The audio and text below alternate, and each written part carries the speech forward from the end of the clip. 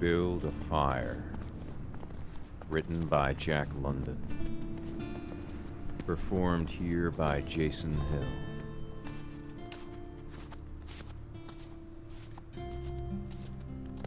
Day had dawned, cold and gray, when the man turned aside from the main Yukon Trail. He climbed the high earth bank where a little traveled trail led east through the pine forest. It was a high bank, and he paused to breathe at the top. He excused the act to himself by looking at his watch. It was 9 o'clock in the morning. There was no sun or promise of sun, although there was not a cloud in the sky. It was a clear day. However, there seemed to be an indescribable darkness over the face of things. That was because the sun was absent from the sky. This fact did not worry the man. He was not alarmed by the lack of sun. It had been days since he had seen the sun. The man looked along the way he had come. The Yukon lay a mile wide and hidden under 3 feet of ice. On top of this ice were as many feet of snow. It was all pure white. North and south, as far as the eye could see, it was unbroken white. The one thing that relieved the whiteness was a thin, dark line that curved from the pine-covered island to the south. It curved into the north, where it disappeared behind another pine-covered island. This dark line was the trail, the main trail. It led south 500 miles to the Chilkoot Pass in salt water. It led north 75 miles to Dawson, and still farther on to the north 1,000 miles to New Lotto, and finally to St. Michael on Bering Sea, 1,000 miles, and a half 1,000 more. But all this, the distant trail, no sun in the sky, the great cold, and the strangeness of it all, had no effect on the man. It was not because he was long familiar with it. He was a newcomer in the land, and this was his first winter. The trouble with him was that he was not able to imagine. He was quick and ready in the things of life, but only in the things and not in their meanings. 50 degrees below zero meant 80 degrees of frost. Such facts told him that it was cold and uncomfortable, and that was all. It did not lead him to consider his weakness as a creature affected by temperature, nor did he think about man's general weakness, able to live only within narrow limits of heat and cold. From there, it did not lead him to thoughts of heaven and the meaning of a man's life. 50 degrees below zero meant a bite of frost that hurt, and that must be guarded against by the use of mittens, ear coverings, warm moccasins, and thick socks. 50 degrees below zero was to him nothing more than 50 degrees below zero. That it should be more important than that was a thought that never entered his head. As he turned to go, he forced some water from his mouth as an experiment. There was a sudden noise that surprised him. He tried it again, and again, in the air. Before they could fall to the snow, the drops of water became ice that broke with a noise. He knew that at 50 below zero, water from the mouth made a noise when it hit the snow, but this had done that in the air. Undoubtedly, it was colder than 50 below. But exactly how much colder he did not know. But the temperature did not matter. He was headed for the old camp on Henderson Creek, where the boys were already. They had come across the mountain from the Indian Creek country. He had taken the long trail to look at the possibility of floating logs from the islands in the Yukon down the river when the ice melted. He would be in camp by 6 o'clock that evening. It would be a little after dark, but the boys would be there. A fire would be burning, and a hot supper would be ready. As he thought of lunch, he pressed his hand against the package under his jacket. It was also under his shirt, wrapped in a handkerchief and lying for warmth against the naked skin. Otherwise, the bread would freeze. He smiled contentedly to himself as he thought of those pieces of bread, each of which enclosed a generous portion of cooked meat. He plunged among the big pine trees. The trail was not well marked here, as several inches of snow had fallen since the last sled had passed. He was glad he was without a sled. Actually, he carried nothing but the lunch wrapped in the handkerchief. He was surprised, however, at the cold. It certainly was cold, he decided, as he rubbed his nose and face with his mittened hand. He had a good growth of hair on his face, but that did not protect his nose or the upper part of his face from the frosty air. Following at the man's heels was a big native dog. It was a wolf dog, gray-coated, and not noticeably different from its brother, the wild wolf. The animal was worried by the great cold. It knew that this was no time for traveling. Its own feeling was closer to the truth than the man's judgment. In reality, it was not merely colder than 50 below zero. It was colder than 60 below, than 70 below. It was 75 below zero. Because the freezing point is 32 above zero, it meant that there was 107 degrees of frost. The dog did not know anything about temperatures. Possibly, in its brain, there was no understanding of a condition of very cold, such as was in the man's brain. But the animal sensed the danger. Its fear made it question eagerly every movement of the man, as if expecting him to go into camp, or to seek shelter somewhere and build a fire. The dog had learned about fire, and it wanted fire. Otherwise, it would dig itself into the snow and find shelter from the cold air. The frozen moistness of its breathing had settled on its fur in a fine powder of frost. The hair on the man's face was similarly frosted, but more solidly. It took the form of ice and increased with every warm, moist breath from his mouth. Also, the man had tobacco in his mouth. The ice held his lips so tightly together that he could not empty the juice from his mouth. The result was a long piece of yellow ice hanging from his lips. If he fell down, it would break, like glass, into many pieces. He expected the ice formed by the tobacco juice, having been out twice before when it was very cold. But it had not been as cold as this, he knew. He continued through the level forest for several miles. Then he went down a bank to the frozen path of a small stream. This was Henderson Creek, and he knew he was 10 miles from where the stream divided. He looked at his watch. It was 10 o'clock. He was traveling at the rate of 4 miles an hour. Thus, he figured that he would arrive where the stream divided at 12:30. He decided he would eat his lunch when he arrived there. The dog followed again at his heels, with its tail hanging low, as the man started to walk along the frozen stream. The old sled trail could be seen, but a dozen inches of snow covered the marks of the last sleds. In a month, no man had traveled up or down that silent creek. The man went steadily ahead. He was not much of a thinker.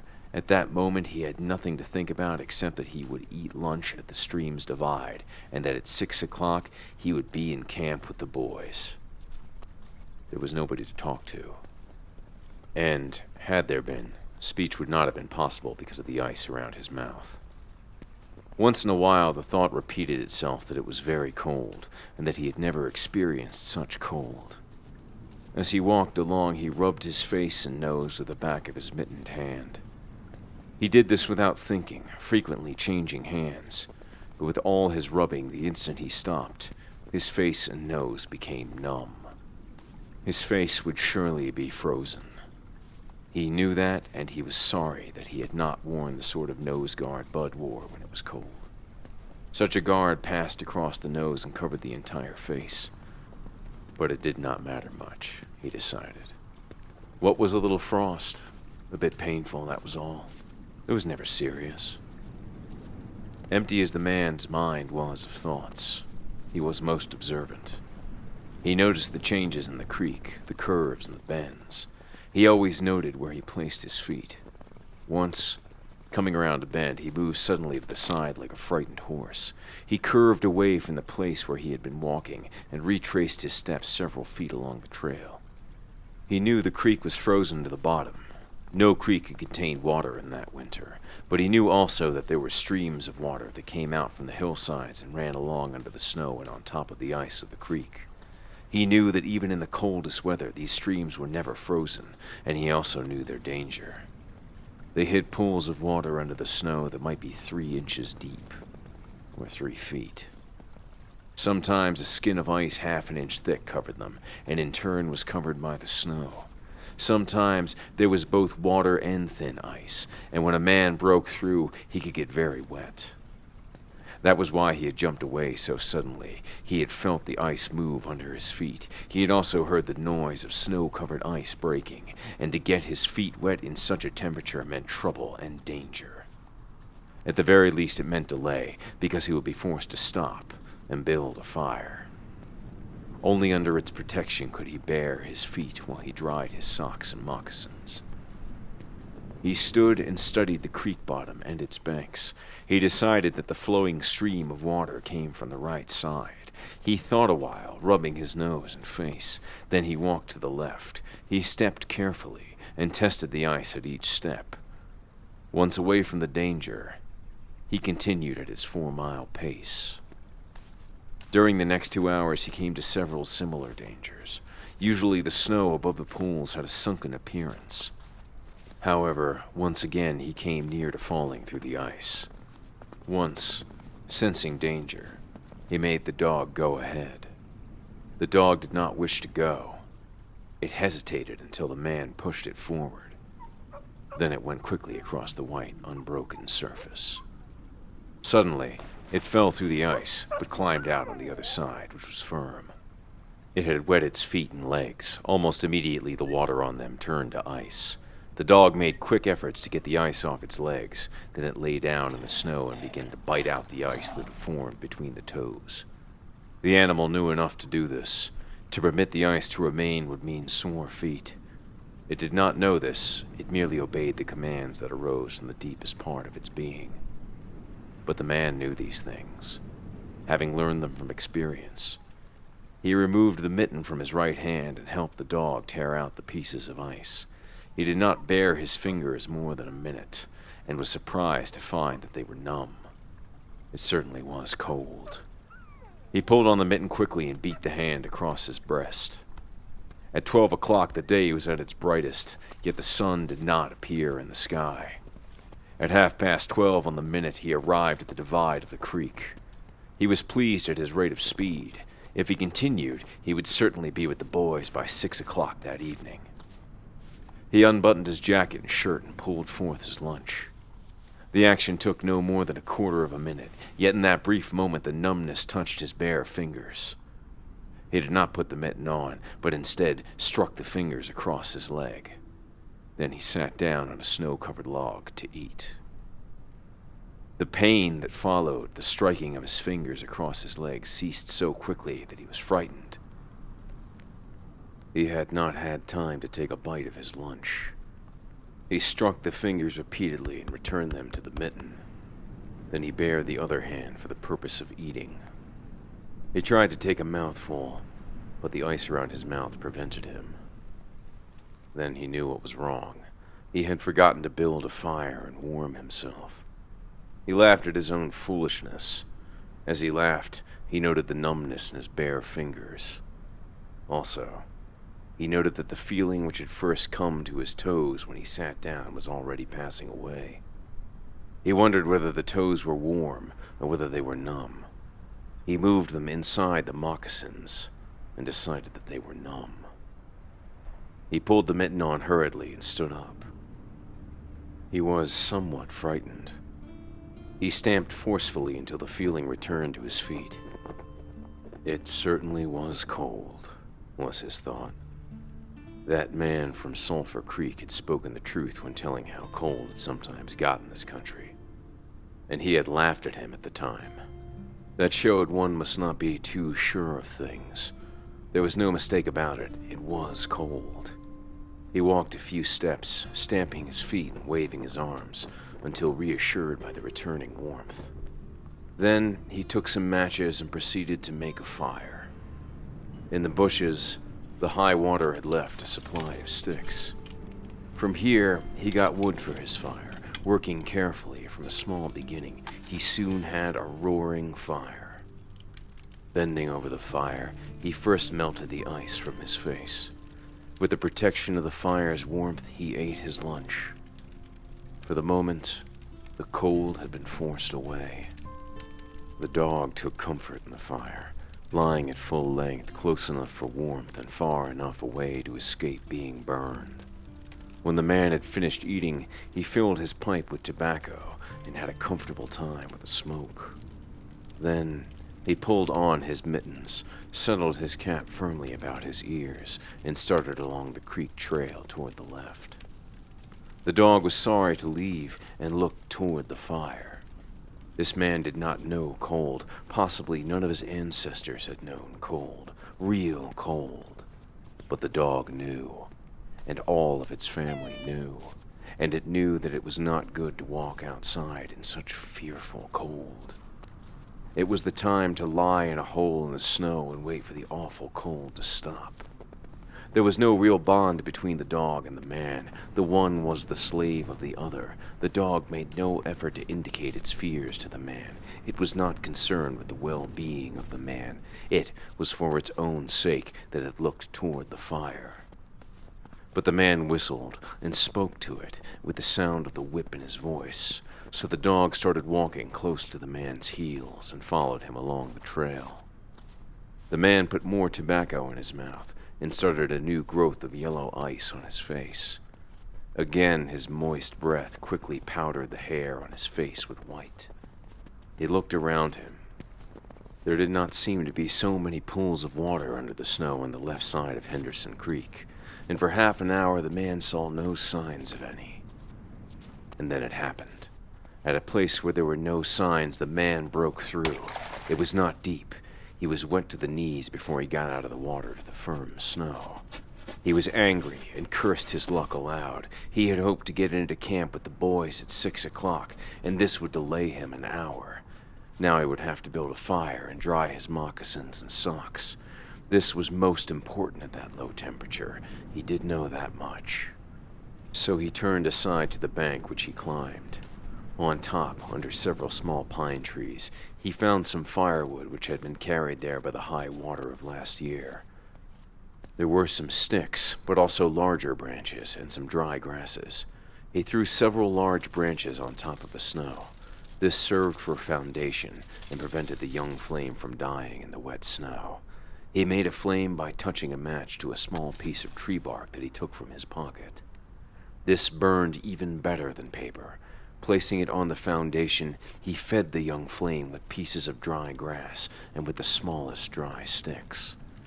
He worked slowly and carefully, realizing his danger. Gradually, as the flame grew stronger, he increased the size of the sticks with which he fed it. He sat in the snow, pulling the sticks from the bushes under the trees and feeding them directly to the flame.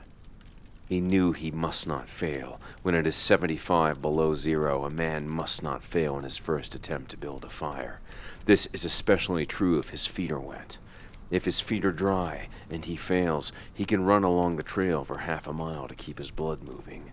But the blood in wet and freezing feet cannot be kept moving by running when it is 75 degrees below zero. No matter how fast he runs, the wet feet will freeze even harder. All this the man knew. The old man of Sulphur Creek had told him about it, and now he was grateful for the advice.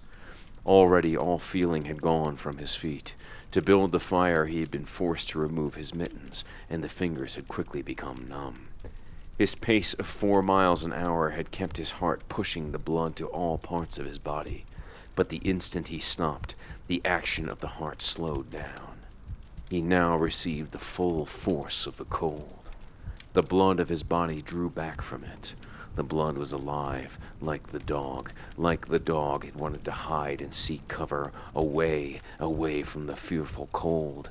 As long as he walked 4 miles an hour, the blood rose to the surface, but now it sank down into the lowest depths of his body.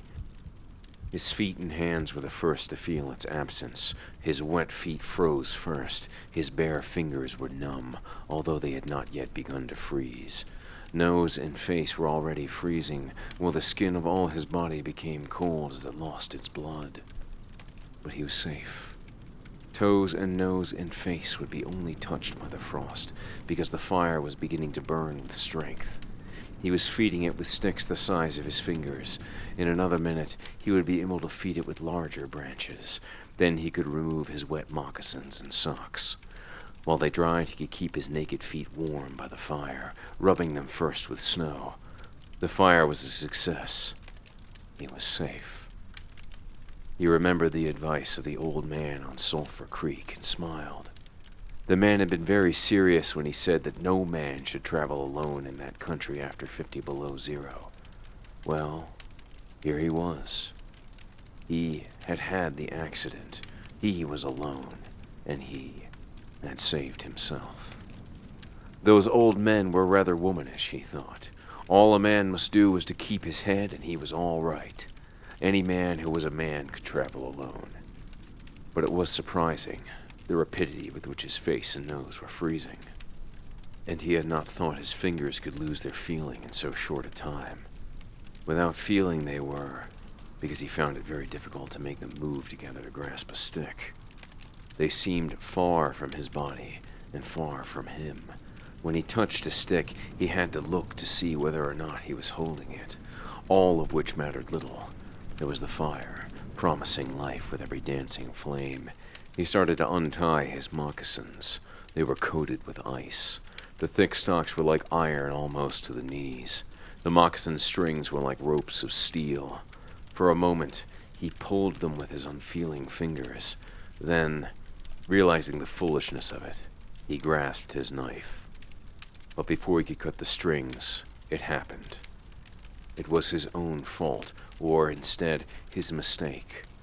He should not have built the fire under the pine tree. He should have built it in an open space, but it had been easier to pull the sticks from the bushes and drop them directly on the fire. Now, the tree under which he had done this carried a weight of snow on its branches. No wind had been blowing for weeks, and each branch was heavy with snow. Each time he pulled a stick, he shook the tree slightly. There had been just enough movement to cause the awful thing to happen. High up in the tree, one branch dropped its load of snow. This fell on the branches beneath. This process continued, spreading through the whole tree. The snow fell without warning upon the man and the fire. And the fire was dead. Where it had burned was a pile of fresh snow. The man was shocked. It was like hearing his own judgment of death. For a moment he sat and stared at the spot where the fire had been. Then he grew very calm. Perhaps the old man of Sulphur Creek was right. If he had had a companion on the trail, he would be in no danger now. The companion could have built the fire. Now, he must build the fire again, and this second time he must not fail. Even if he succeeded, he would be likely to lose some toes. His feet must be badly frozen by now, and there would be some time before the second fire was ready. Such were his thoughts, but he did not sit and think them. He was busy all the time they were passing through his mind. He made a new foundation for a fire, this time in the open space, where no tree would be above it. Next, he gathered dry grasses and tiny sticks. He could not bring his fingers together to pull them out of the ground, but he was able to gather them by the handful. In this way, he also got many pieces that were undesirable, but it was the best he could do. He worked carefully, even collecting an armful of larger branches to be used later when the fire gathered strength. And all the while, the dog sat and watched him. There was an anxious look in its eyes, because it depended upon him as the fire provider, and the fire was slow in coming. When all was ready, the man reached in his pocket for the second piece of tree bark. He knew the bark was there, although he could not feel it with his fingers. He tried again and again, but he could not grasp it. And all the time, in his mind, he knew that each instant his feet were freezing. This thought alarmed him, but he fought against it and kept calm. He pulled on his mittens with his teeth and began swinging his arms. Then he beat his hands with all his strength against his sides. He did this while he was sitting down, then he stood up to do it. All the while the dog sat in the snow, its tail curled warmly over its feet, and its sharp wolf ears bent forward as it looked at the man. And the man as he waved his arms and hands, looked with longing at the creature that was warm and secure in the covering provided by nature. After a time, he began to notice some feeling in his beaten fingers. The feeling grew stronger until it became very painful, but the man welcomed the pain. He pulled the mitten from his right hand and grasped the tree bark from his pocket. The bare fingers were quickly numb again. Next, he brought out his pack of matches, but the awful cold had already driven the life out of his fingers. In his effort to separate one match from the other, the whole pack fell in the snow. He tried to pick it up out of the snow, but failed. The dead fingers could neither touch nor hold. Now he was very careful. He drove the thought of his freezing feet and nose and face from his mind. He devoted his whole soul to the picking up of the matches. He followed the movement of his fingers with his eyes, using his sense of sight instead of that of touch. When he saw his fingers on each side of the pack, he closed them. That is, he willed to close them, because the fingers did not obey. He put the mitten on the right hand again and beat it furiously against his knee. Then, with both mittened hands, he lifted up the pack of matches along with much snow to the front of his jacket. But he had gained nothing. After some struggling, he managed to get the pack between his mittened hands. In this manner, he carried it to his mouth. The ice broke as he opened his mouth with a fierce effort. He used his upper teeth to rub across the pack in order to separate a single match. He succeeded in getting one, which he dropped on his jacket. His condition was no better. He could not pick up the match. Then he thought how he might do it. He picked up the match in his teeth and drew it across his leg. 20 times he did this before he succeeded in lighting it. As it flamed, he held it with his teeth to the tree bark. But the burning smell went up his nose, causing him to cough. The match fell into the snow, and the flame died. The old man on Sulphur Creek was right. A thought in the moment of controlled despair that followed. After 50 below zero, a man should travel with a companion. He beat his hands, but failed to produce any feeling in them. Suddenly, he bared both hands, removing the mittens with his teeth. He caught the whole pack of matches between his hands. His arm muscles were not frozen, and he was able to press the hands tightly against the matches. Then he drew the whole pack along his leg. It burst into flame, 70 matches at once. There was no wind to blow them out. He kept his head to one side to escape the burning smell, and held the flaming pack to the tree bark. As he so held it, he noticed some feeling in his hand. His flesh was burning. He could smell it. The feeling developed into pain. He continued to endure it. He held the flame of the matches to the bark that would not light readily because his own burning hands were taking most of the flame. Finally, when he could endure no more, he pulled his hands apart. The flaming matches fell into the snow, but the tree bark was burning. He began laying dry grass and the tiniest sticks on the flame. He could not choose carefully because they must be pieces that could be lifted between his hands. Small pieces of green grass stayed on the sticks, and he bit them off as well as he could with his teeth. He treated the flame carefully. It meant life, and it must not cease. The blood had left the surface of his body, and he now began to shake from the cold. A large piece of a wet plant fell on the little fire. He tried to push it out with his fingers. His shaking body made him push it too far, and he scattered the little fire over a wide space. He tried to push the burning grasses and sticks together again. Even with the strong effort that he made, his trembling fingers would not obey, and the sticks were hopelessly scattered. Each stick smoked a little and died. The fire provider had failed.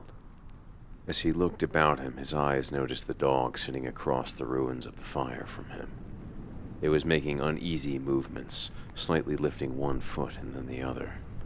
The sight of the dog put a wild idea into his head.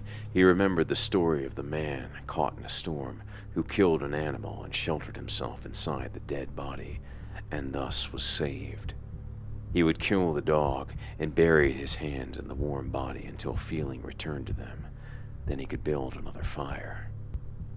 He spoke to the dog, calling it to him. But in his voice was a strange note of fear that frightened the animal. It had never known the man to speak in such a tone before. Something was wrong, and it sensed danger. It knew not what danger, but somewhere in its brain arose a fear of the man. It flattened its ears at the sound of the man's voice. Its uneasy movements and the lifting of its feet became more noticeable. But it would not come to the man. He got down on his hands and knees and went toward the dog. But this unusual position again excited fear, and the animal moved away. The man sat in the snow for a moment and struggled for calmness. Then he pulled on his mittens using his teeth, and then stood on his feet. He glanced down to assure himself that he was really standing, because lack of feeling in his feet gave him no relation to the earth. His position, however, removed the fear from the dog's mind. When he commanded the dog in his usual voice, the dog obeyed and came to him. As it came within his reach, the man lost control.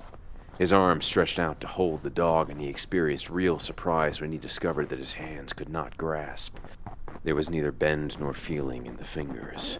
He had forgotten for the moment that they were frozen, and that they were freezing more and more. All this happened quickly, and before the animal could escape, he encircled its body with his arms. He sat down in the snow, and in this fashion held the dog while it barked and struggled. But it was all he could do. Hold its body encircled in his arms and sit there. He realized that he could not kill the dog. There was no way to do it. With his frozen hands, he could neither draw nor hold his knife. Nor could he grasp the dog around the throat. He freed it, and it dashed wildly away, still barking. It stopped 40 feet away and observed him curiously, with ears sharply bent forward. The man looked down at his hands to locate them and found them hanging on the ends of his arms. He thought it curious that it was necessary to use his eyes to discover where his hands were. He began waving his arms, beating the mittened hands against his sides. He did this for 5 minutes. His heart produced enough blood to stop his shaking, but no feeling was created in his hands. A certain fear of death came upon him. He realized that it was no longer a mere problem of freezing his fingers and toes, or of losing his hands and feet. Now it was a problem of life and death with the circumstances against him. The fear made him lose control of himself, and he turned and ran along the creek bed on the old trail. The dog joined him and followed closely behind. The man ran blindly in fear such as he had never known in his life. Slowly, as he struggled through the snow, he began to see things again. The banks of the creek, the bare trees, the sky. The running made him feel better. He did not shake anymore. Maybe, if he continued to run, his feet would stop freezing. Maybe if he ran far enough, he would find the camp and the boys. Without doubt, he would lose some fingers and toes and some of his face, but the boys would take care of him and save the rest of him when he got there.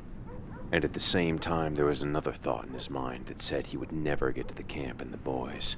It told him that it was too many miles away, that the freezing had too great a start, and that he would soon be dead. He pushed this thought to the back of his mind and refused to consider it.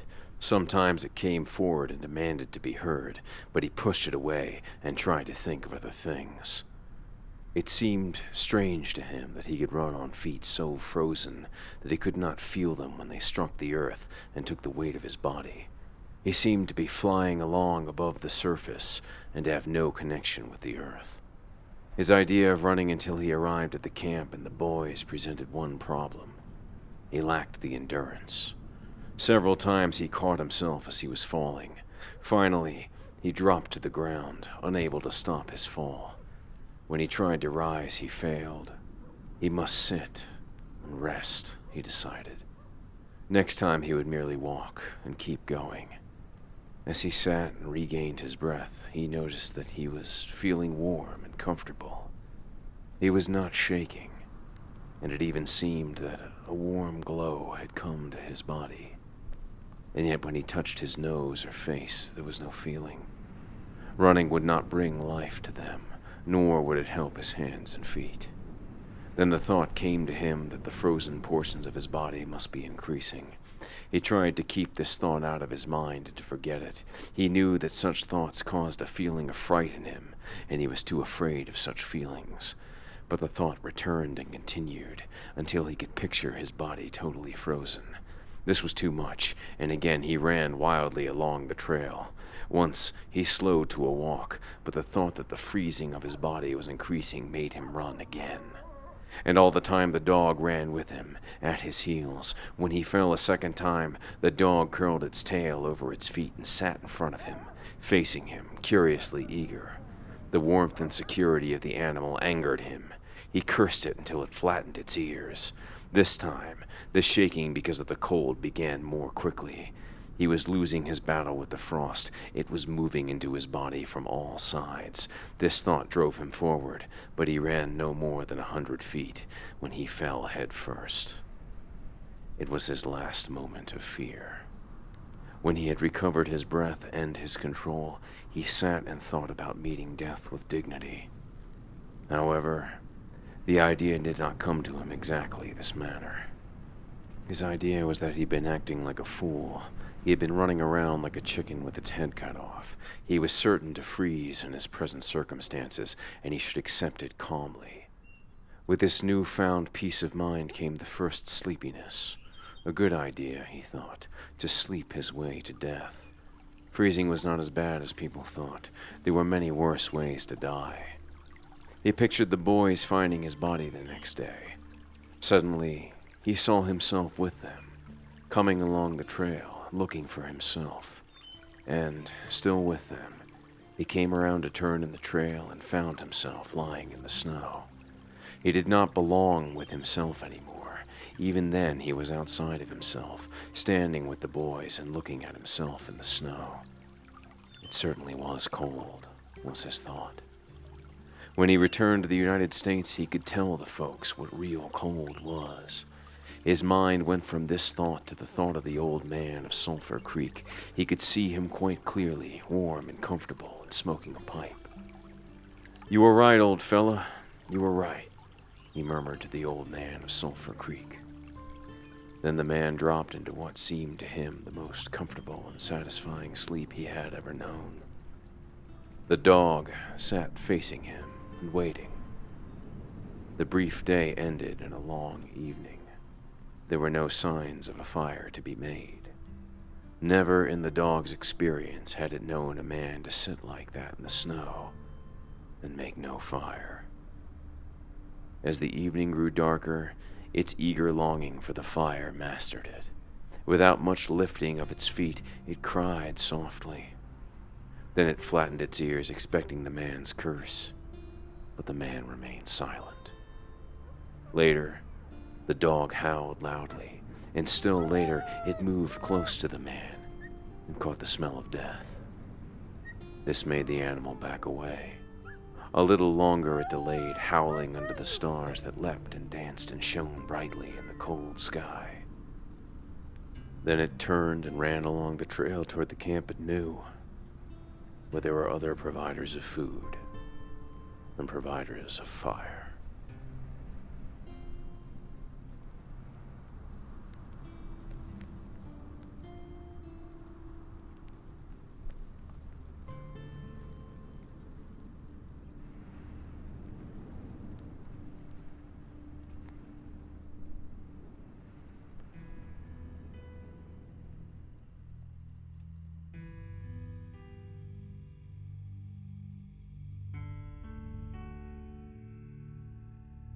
This is Jason Hill.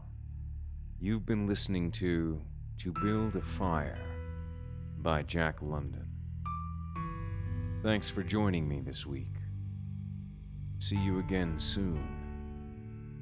And remember, when you lie alone in the dark, unable to close your eyes, just keep telling yourself